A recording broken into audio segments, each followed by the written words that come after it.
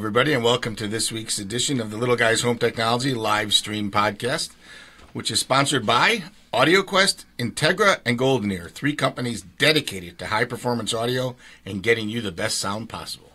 I'm David. And I'm Evie, and we're excited to bring you this live stream. The Little Guys live.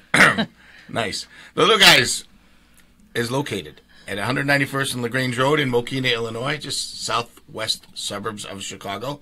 Easy to get to and worth the ride. You should check us out at thelittleguys.com. You can always contact us at info@thelittleguys.com, and you can call us anytime, 708-754-8844. The store itself is open Monday through Thursday, 10 until 6, Friday and Saturday, 10 to 5, and we are closed on Sundays. We do make house calls all over Chicagoland, including Northwest Indiana, Southwest Michigan. It's best to have some dialogue first. Let's figure out what it is you're trying to do, what you want to accomplish, how you want to get it done, and then make sure we should do a walkthrough. But we're happy to meet with you at your place, and yes, we do charge for the service, but then we give it back when we actually do an installation for you. Yep. So simple concept, I guess. We want to invite you to ask questions or email us again, info@thelittleguys.com. So today's we're going to talk about and with one of our favorite manufacturers. All right, say hello to Dave Koller, who's what's your title? Hey everybody, I'm the area sales manager for Control4. There you go. For Illinois. We've been with Control4 for almost 10 years. I looked it up. I think our first actual big order was sometime in 2008.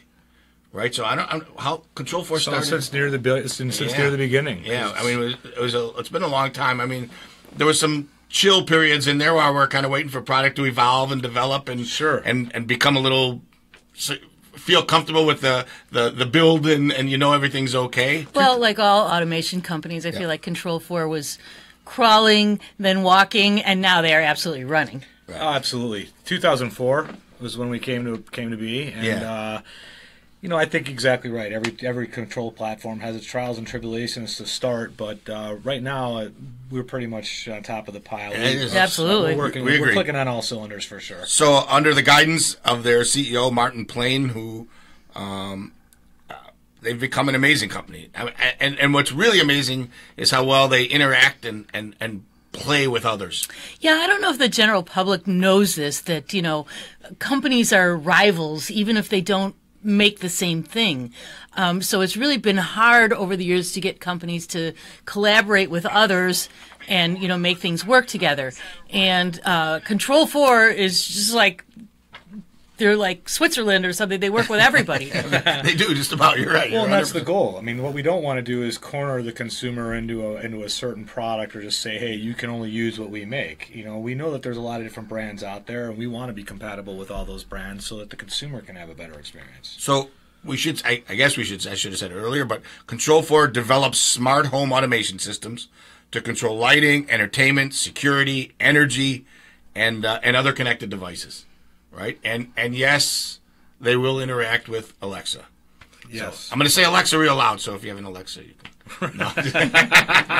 Alexa, buy me a hot fudge sundae. Right. So anyway, Dave, tell us a little bit about the history of Control4. We know they started out obviously 2004. At 2004, at a time when really control platforms were very high dollar. I mean, you weren't going to really touch anything in that environment back in that day for less than several $100,000. And the ambition or the goal of Control4 was to create something that could be used by everybody, whether you're going to use it as a universal remote control to operate a home theater environment or a home cinema environment, or if you were going to automate a whole house.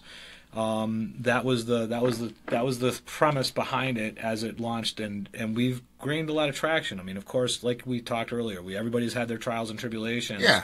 But one of the things that I'd have to say is a testament to the company is that we've always listened to our dealers as well as consumers to make sure that we're providing the tools that you need and the products that you guys needed to be successful in deployments. Last year, for example, we released the EA Series controllers. That was a huge upgrade, quantum leap forward from the technology that we'd previously been using, but it also gave us the ability to offer a customer an entry-level price point where they could just get a remote and a small controller as the building block and then build on that as they scaled their own system. Yeah, a step at a time. They weren't committed to having to add 30, 40 lighting devices. In those early days, and I'm going to have to say that putting all the cards on the table, in those early days, even the high-end $100,000, and they were $75,000 to $200,000 minimum jobs. I mean, they were big jobs. That stuff was still a little experimental. It was a little glitchy. It was how do we fix this? How do we fix that?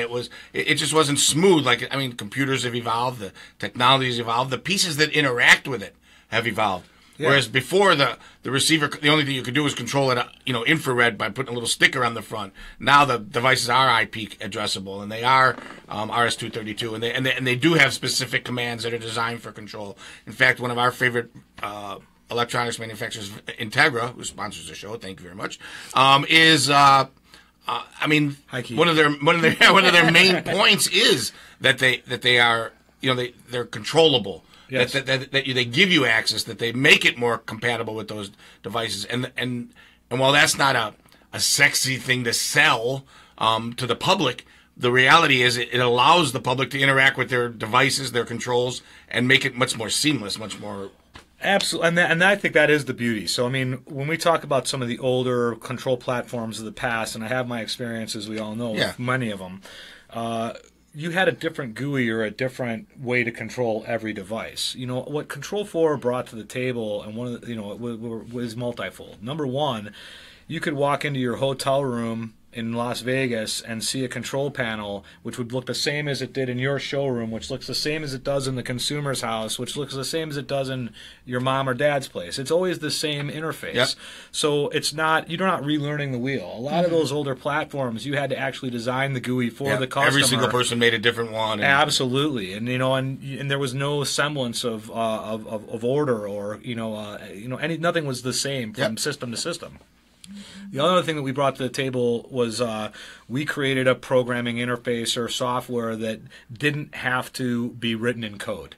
A lot of these older programs, you had to have a graphics program open and you were writing code over here, writing graphics over here, and then using 2-3 programs to combine that to bring it together. Yep. We were the first platform in the industry that had the power and the capabilities that we had that also gave us an ability to program in an easier fashion with more of a GUI-driven programming interface versus a code-driven. And I remember back in the beginning, you guys, you even while our first big order was in 2008, we were interacting with the company for 2-3 years before that, so since the inception, and they'd send us a concept and we'd work with it, and then they took our feedback. We'd come back and we'd say, you know what? There's got to be a way to put 3 seconds of delay between this function and this function, or it could be a half of a second delay between this function and this function, or there's going to be a problem. It's never going to switch to the right input because it doesn't have time to react to the command. And they took that input positively. The other control companies we had been dealing with up to then, if you had something to say, you were challenging their ability. You were, it was like confrontational or whatever. It was that like kind personal of thing. attack. Yeah. They took it personally, and frankly, when you got all these guys writing this specific code in a certain way, the customer's kind of stuck. They don't really own the source code. The dealer does, right? At the time or whatever, right? And so we go into a house now 10 years later that somebody else programmed with brand C or D or whatever it is. There's not a thing we can do. There's almost nothing you can do other than start over from the beginning. Correct. Right? Yes. You really can't do much else because that code doesn't exist within, and where it was with you guys. There was always that debate on intellectual assets. Yeah. Who owned it? Did the consumer that paid for the programming own it, or did the programmer that programmed it own it?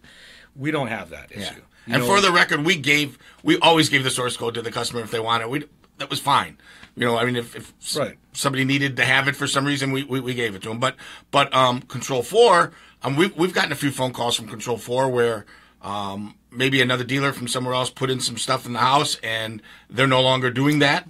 They're no longer in business. Right, they're no longer in business, and all the tweeter guys and a lot of other places, and we could gain access to that system and we could control it. So all you have to do is walk in and open your laptop. Yeah, it was awesome. It makes so much more sense, and they're so much more open-minded about it. And they've evolved.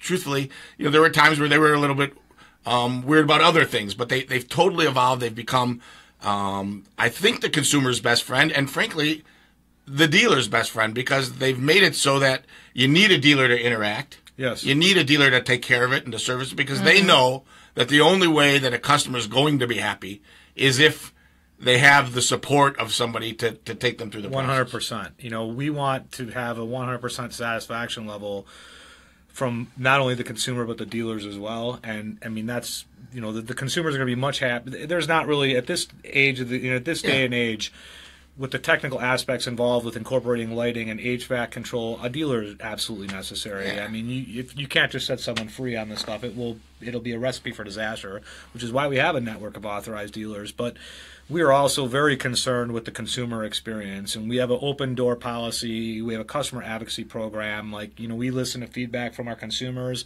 We're very concerned with the happiness of our consumers, and we'll go through great lengths to ensure that their experience is a solid experience. This is that's the way it's supposed to be. So we've talked about this before on other podcasts, and when we did used to do the radio show. The truth is, the key to any automation or control system is the programming. It's having the ability to program it in a way that makes it simple to use for the customer. It doesn't matter how complicated it is behind the scenes, but making it simple to use for the customer and knowing what it is that people expect it to do. Which is why it's so important to go with a certified dealer, and why it's so important to go with a dealer that has gone and gone through the effort to have their technicians certified in the programming of it. I mean, unfortunately, sometimes people do get product, they install product, and, you know, when I hear those situations and the consumer's not happy, 9 out of 10 times I find that it was because it was an unauthorized dealer that got their hands on product sideways. You know, said that they were a dealer, weren't a dealer, installed the product, the customer's unhappy, but the person that put it in never really should have even had access to it and was not qualified. We fixed a few of those. Yeah. So the go-to-market is so that everybody listening understands. You don't walk in, you buy something on a shelf somewhere, or order it over the internet, take it home and install it yourself. We've never been involved with a control system that was reliable and that worked, that didn't involve somebody who had exceptional knowledge in the programming and Correct. and the installation, obviously, but also primarily in the programming, knowing exactly what needs to be done and how to do it. Right, and there are over-the-counter things like the Echo, which, why bother calling it Echo anymore? It's just Alexa. But Google Home, I mean, the Nest. I mean, there are things that you do buy over-the-counter that Control4 can interact with. Now, the things that you buy over-the-counter have a few things they can do. Right. And, you know, this one has a few can do, this one has, but they don't necessarily talk to each other. Control4, by partnering with all of these industries, has made it so that these little things you buy over the counter can do so much more. Absolutely. And what that feeds into is what we always have envisioned ourselves being, and what our objective has always been, is to be the operating system for the home. So, you know, you can buy a PC and you can buy a hard drive and you can buy a video card and you can buy all those things, but you have your Windows or you have your Mac OS to put that together. Right. We're looking to be that in the home. And we don't want to say, hey, you just have to buy our thermostat. Well, I mean, of course we prefer it and it works the best, but you can buy a Nest and we can incorporate with that. We can make a scheduler. We can do timing with that. You know, you can buy another manufacturer's products and we can use that, because we don't want to alienate the customer. We don't want to alienate their capability. We want to be the force that binds all of those new electronic devices and conveniences together in one GUI. You know, you were talking about, Evie, you were talking about going and buying your Nest or buying your Echo or buying any of these devices. Well, you know, I've often heard in the, you know, conversations I've had with customers looking at a Control4 system as a possibility. Why wouldn't I just buy this light switch at Home Depot and that thermostat at Home Best Buy and this product here and this product there? And the answer is, well, you can absolutely do that. Do you want to go through 9 apps, a different app to change your music and now a different app to change your thermostat and a different app? What we are doing is we're creating the glue that puts all those together in one single app, one single interface, where we can, you know, create an intuitive experience for the customer that operates all those things that they want to, you know, that add convenience to their lives. So before we get into all the different areas that you can control, or not all of them, but a lot of the different areas you can control and stuff, somebody asked the question, how does Control4 compare to Savant? Right? Asked the question on the air. And I will tell you that from our experience, both companies are trying to kind of do the same thing. Both companies want you to have the same experience. Both companies are solid supporters of their programmers and their dealers and the rest of it. I think Savant took a little bit of a curve and tried to be both. Tried to be that thing you could go buy over the counter and realize that wasn't a great idea. And I'm speaking for I shouldn't speak for them. I'm just speaking from my view of what I see. They realized that wasn't a great idea, and they've kind of come back to what there should be. Savant has a little different interface. It's just different. It's a different a way of accomplishing the same thing. What Savant doesn't have is the relationship with as many vendors and with as many suppliers and with as many different outside manufacturers. Whereas Control4, I mean, really opened up the platform and really works closely with them. Savant maybe is getting there, but they're not quite there yet. We like both. And there are situations where we'll go into a home and we'll say, hey, this one should be Savant, right?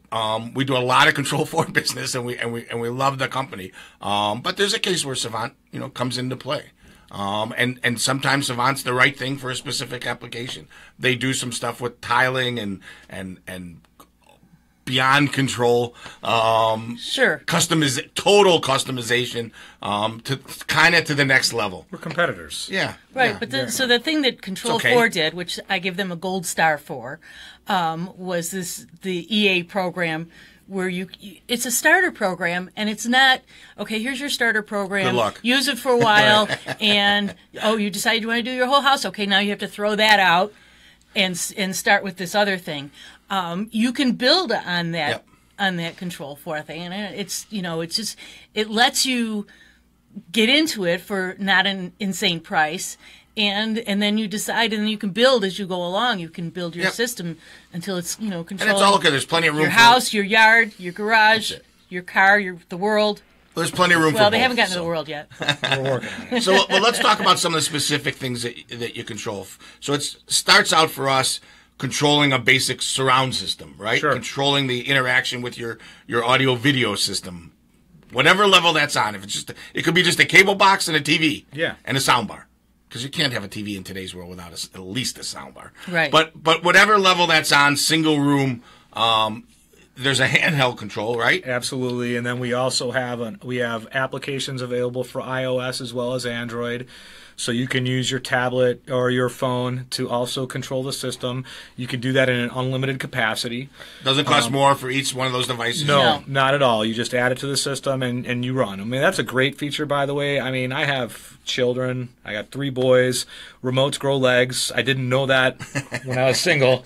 But as I go, remote grows. So, I mean, it's great to be able to just grab your phone where you always typically know where it is and be able to make those changes if you can't find the remote. That's a great thing. But beyond that, the world is almost, I mean, I guess I hate to use the word infinite, but the possibilities are extensive. I mean, we can go from that one-room solution where it's just your television and your sound bar, maybe you're controlling your cable box or satellite receiver, to being able to control 4 rooms, 8 rooms, 32 rooms. Doesn't matter. We can distribute video. So if you had one cable box and wanted, and one Apple TV and one DVD player, but you had 10 TVs and wanted to be able to see all those things in all those different areas, we make equipment to do that. We do lighting control, both centralized, which means that an electrician would basically wire a panel into your house, but we can also just replace the lights that are in your wall. So a lot of your stuff is compatible with retro. It doesn't have to be new construction. I would have to say that we're probably one of the friendliest brands towards retro. And the fact that we bring all these different all these different product categories to bear with that. We are the manufacturer of lighting product. If you elect to go with someone else, you can, but we make our own. Sure. We make our own thermostats. We make our own audio distribution, our own video distribution. We make all those categories. That doesn't make you buy our stuff, but it's there for you. Well, you've acquired some network companies, right? So you have some network products. Yeah, we recently acquired PackEdge, who is a leader in the in the internet or IT space for networking equipment, switches, wireless, et cetera, et cetera. So we own them now. The purchase was made last year, which has brought even more to bear for us, and as far as how we can help you with your environment. And what it's done for us is it's taken PackEdge products that were well over 1,000, like a router that's well over 1,000. But by the time you combine it with some of the features that are on the new routers, they were 1,500, 1,700, and today you buy that router for $750. It's so robust, it's crazy. Well, Backpack. Yeah, and it's got Backpack. The Backpack is a technology that PackEdge brought to the market a couple years ago, and what we did is you used to have a controller to use Backpack, which is a significant investment. And we've just at ISC West this past couple months ago, actually this month, released Backpack in the RK1 router that we provide, which is our entry-level router. So now you, as a dealer, can help your customer if she says, hey, my cable box isn't working, and you know that it needs to be reset. She doesn't want to go into the closet, or he doesn't want to go into the closet to pull the power plug and wait 30 seconds, or doesn't feel comfortable doing that. Remotely, you can assist them. And it also gives you the ability to service your clients proactively. You can say, hey, their wireless access point fell offline, or their cable box fell offline. Awesome. One of these things. It emails us in advance. Absolutely right. Of a problem or whatever. I called the guy the other day and said, your system is in the living room isn't. He goes, well, I haven't used my system in the living room for a week or so. And I go, well, I'm telling you now, when you go to use it, this isn't going to work. We're gonna try to reset it from here. I just want you to know that we're doing it. Yeah. And let's go through it or whatever. So, I mean, it's awesome. Well, we can be proactive instead of reactive. And I think that the customers appreciate that, and I know that we do because we just want them to be happy. All right, so we have lighting, which we know can be from as simple as a single switch in a room to entire lighting throughout the house and setting scenes and, 100%. And doing all that kind of stuff to the full-blown, automated control lighting system throughout the whole house and property. Absolutely. Indoor, outdoor.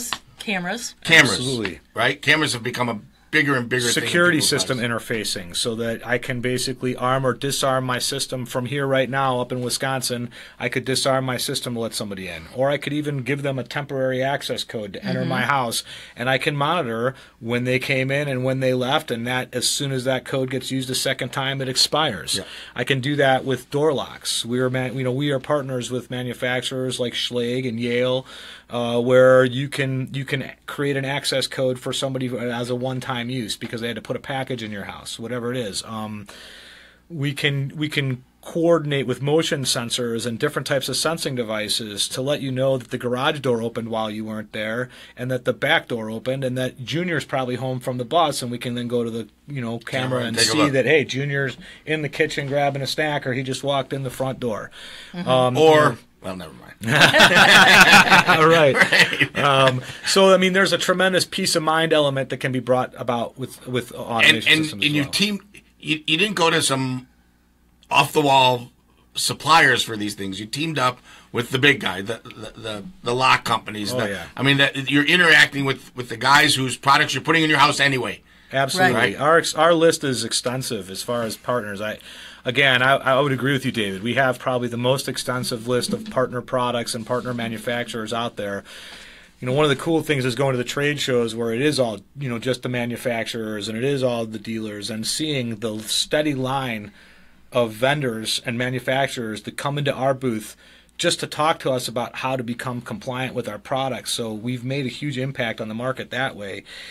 Also back in, I believe, 2012, we created a whole new protocol for that type of product. And we have partners like Integra and Sony and multiple others called SDDP, which is Self-Discovery Protocol, where basically when you can drag their products right into our programming and they'll populate themselves because we have that relationship with that vendor and they wanted to be integral. It makes the programming timing a little quicker. Absolutely. I will tell you that our programming rates have gone down a little bit.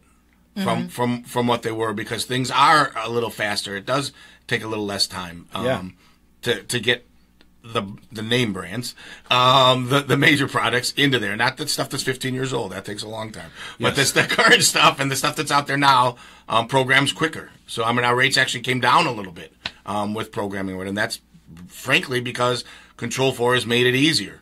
So the entry-level piece, which I mentioned, controls that single surround system or whatever it is, that piece actually will do the lights, the cameras, the thermostat, the door locks. I mean, it does all of those things as well. Yeah.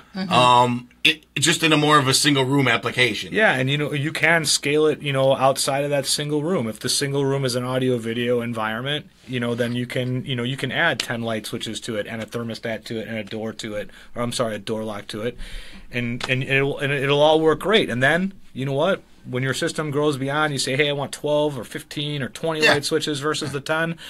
You can buy another controller.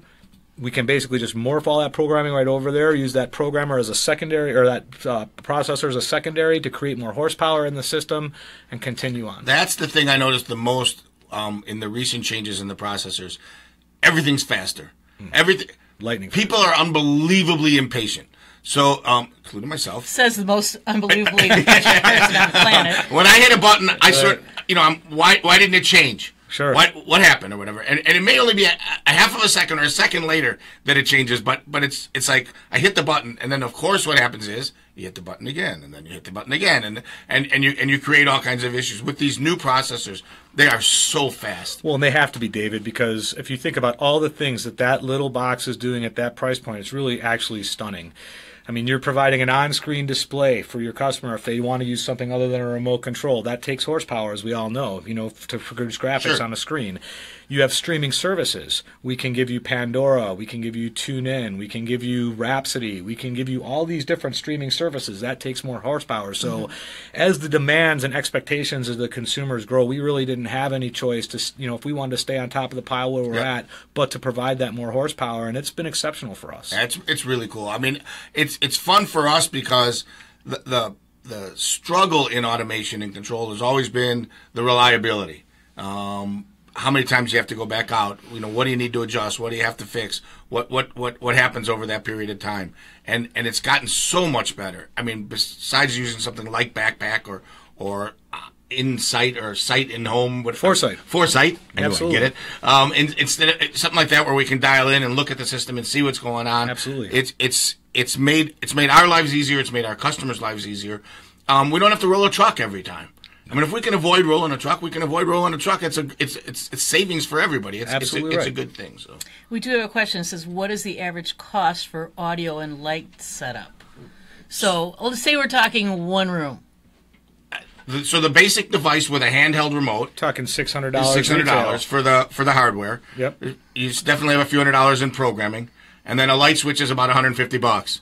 I mean, it can be $125 and it can be $175 depending on what kind you need, what you're doing. But typically it's around $150 to do a light switch.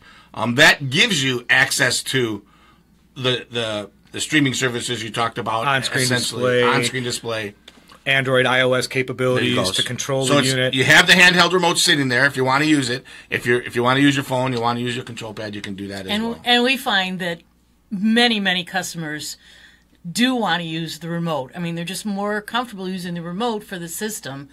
In a pinch, in a handheld, in a handheld. In a pinch, they can go to their phone or tablet or whatever. But usually, they like to have that handheld remote. It's just a comfort. I mean, I really don't feel comfortable channel surfing with my thumb on a piece of glass. It just doesn't work out. It's just too weird. The tactile response is definitely clutch. And especially we're older, right? I mean, as old, but older people, this is the way we've always done it. Yeah, right. Right.